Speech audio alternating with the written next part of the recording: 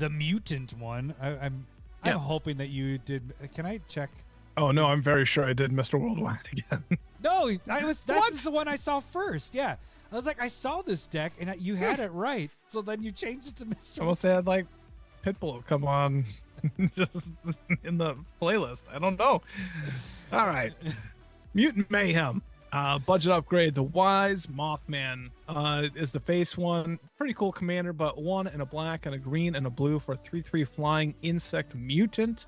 And then whenever it ETBs or attacks, each player gets a rad counter, which is during their upkeep, they remove a rad counter and mill as many rads as they have. And well, no, they mill as many, and then for every non-land, you remove a rad counter and take a damage. Yeah. Yeah. But you mill, You mill that many, but you don't. If you do a land, the rad counter stays. If it's a non-land, it gets removed. Yep. Okay. Yeah. Whenever, I fucked that up. Doesn't matter. You know it. Figure it out, people. Come on. Whenever 1 or more non-land cards are milled, it doesn't have to be by rads, but put a 1/1 counter on each of up to X target creatures, where X is the number of non-land cards milled this way. And so if you just have like 1 mill happening and any non-land card is milled, you put a 1/1 counter on a creature, and the more cards that are non-land that are milled, you can spread that around for creatures or not, just build it up too. So this can get real big real quick. Yeah. So I mean, when you hear this, you hear a little bit of mill. I was gonna say, are you going complete mill with this one, or what do you? No. Just give it a little bit of a boost, so you don't have to say rad a bunch of times. Why, you don't want to go back to the 80s? No, I don't. That's rad, dude. I'm happy where see, that's what I'm worried about. People saying that more often now. We don't need that. We can eat pizza. I'm okay with eating pizza. Pizza's always good. What did you cut? How many cards did you cut and all that fun stuff? So I cut about 10 cards. I cut Find Finality, which is that's the only one that could probably stay, but Harmonize, which is something I always cut. Biomass Mutation, which is, I want to say, it gives creatures +X/+X, which is the X part that you pay. That's a really, really good card when it comes to a +1/+1 counter deck, which this is, because the counters stay, and then you're also boosting the base power and toughness. But still going to cut that.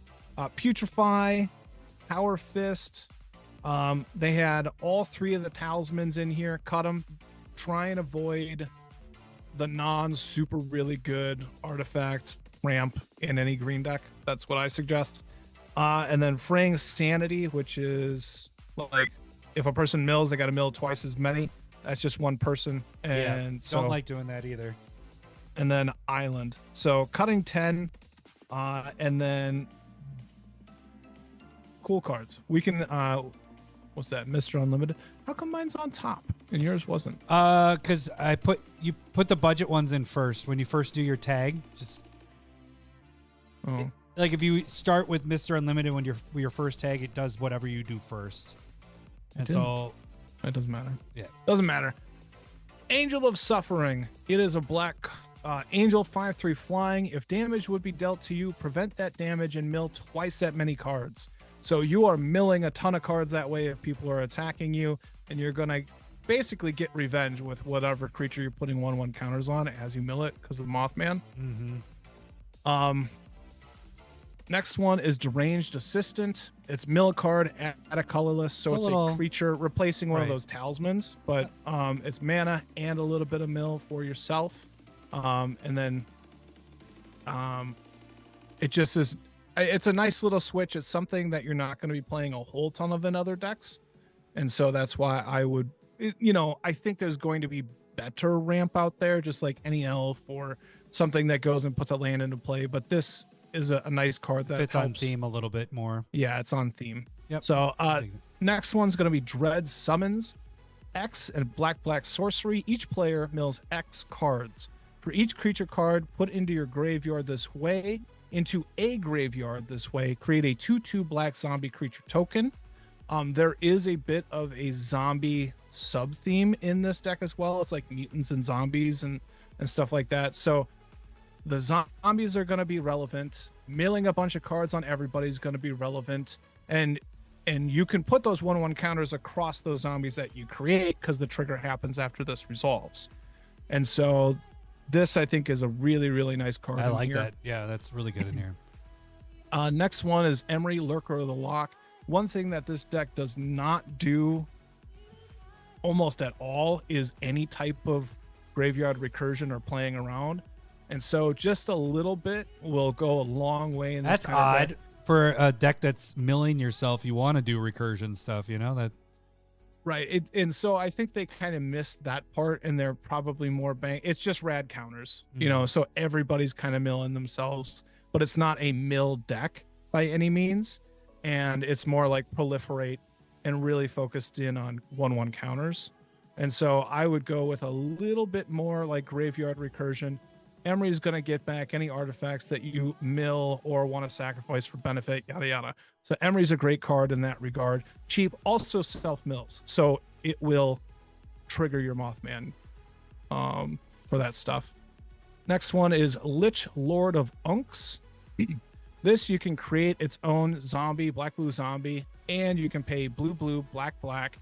Target player loses X life, puts the top X cards of his or her library into his or her graveyard, where X is the number of zombies you control. There's your like I said, there's already a sub-themed zombie, and I'm very certain that this what it says puts the top X cards of his or her library into the graveyard. That's milling. I'm very, very certain. I didn't reread any erratas or anything, but I'm very certain that is also milling. So it fits really, really well. This is like a $4 to $5 card. This is one of the more expensive ones here. What are your favorites? From the Loam.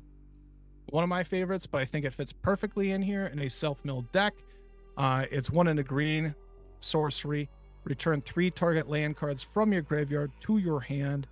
And then it also has Dredge 3. If you would draw a card, you may mill 3 cards instead. If you do, return this card from the graveyard. So you're milling and triggering the Mothman, along with getting a little bit of lands back into your hand, and just keep on moving stuff forward. I think this card would be great in here. That's perfect there. Next one's Millikan, very similar to the Deranged Assistant. Mill a card, taps. Mill a card, create a colorless mana. Just a quick creature that does that kind of thing. Mind Crank is an artifact. Whenever an opponent loses life, that player puts that many cards from the top of their library into his or her graveyard.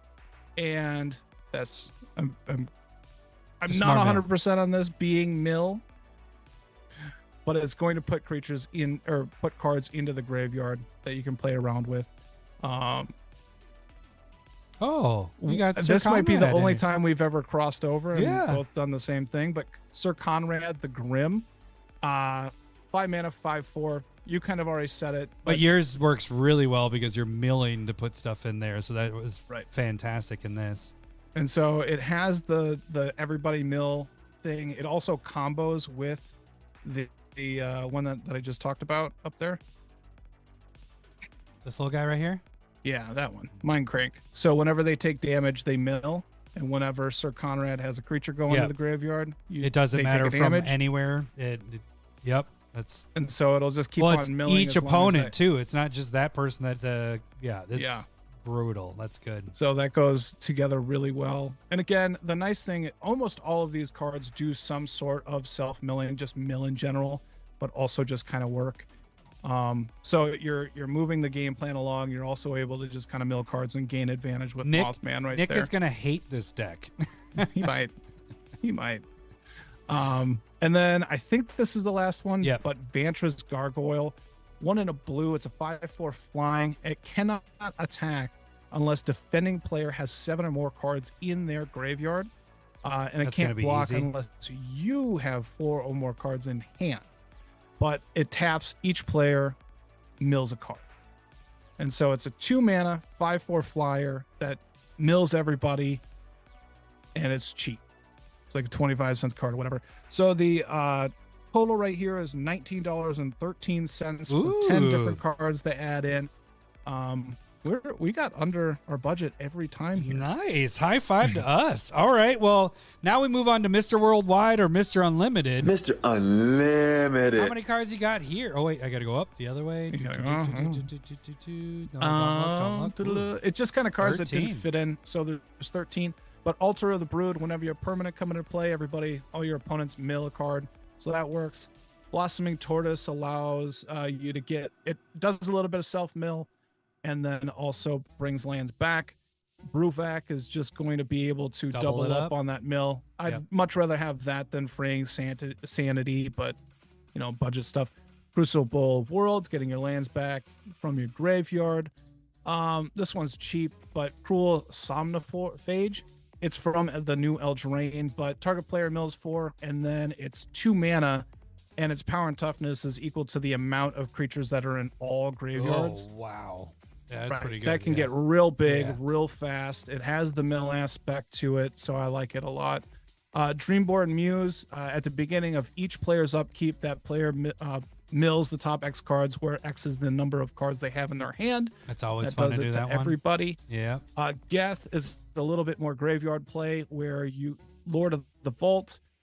You can pay X in a black, put target artifact or creature card with mana value X from an opponent's graveyard into the battlefield under your control, and then that player mills X cards. Oh, so they're still milling, you get more benefit and still moving forward. Merfolk Wind Robbers, kind of just a cute little card, 1 blue, 1/1. Whenever it deals combat damage to a player, they mill a card. Then you can sack it to draw a card if anybody has like 8 or more cards in their graveyard. Yeah. Mesmeric Orb, I think this is going up because of the deck. It's like a $12, $13 card right now. But whenever a permanent becomes untapped, that permanent's controller puts the top card, they mill a card for each thing that untaps, whenever it untaps. So that does a lot of work. In mill decks, it's fantastic. Thank does a little bit of self. I'm glad you have this in here. Like, you're doing it for the mill part, but I've been wanting to shove this in decks because of the other stuff it does, but it fits perfect in here because of the mill stuff. Yeah. Fantastic. But that's a $12, $13 card right now. Realmbreaker, you can get lands back from your opponent's graveyards. Sword of Body and Mind is just a big mill of 10 if it hits. And then Zelix is another one. Whenever an opponent mills a creature, you get a 1/1 horror. So it's just, you're getting creatures out of that way, and it has a little bit of self-mill or mill on it. Yep. So nice. And I didn't realize this was up to like $7, $8 as well. So I think this is a really fun one to kind of play around with, because it's not necessarily a mill deck. It's a like mill with benefits type thing. I like that. Mill with benefits. It was the most popular deck from our polls. Okay. Yeah, it got 49% of the votes for that. So yeah. All right. Well, those are the 4 decks there. If there's anything you guys think that we missed or you wanted to add to any of those decks, please let us know in the comments below. Hey gang, the best way to support the Commander Smiths is to make sure you slap that like button. And if you haven't done so already, subscribe to our channel. Also, check out our online store, commandersmiths.com, where we have metal tokens, mugs, t-shirts, playmats, and more.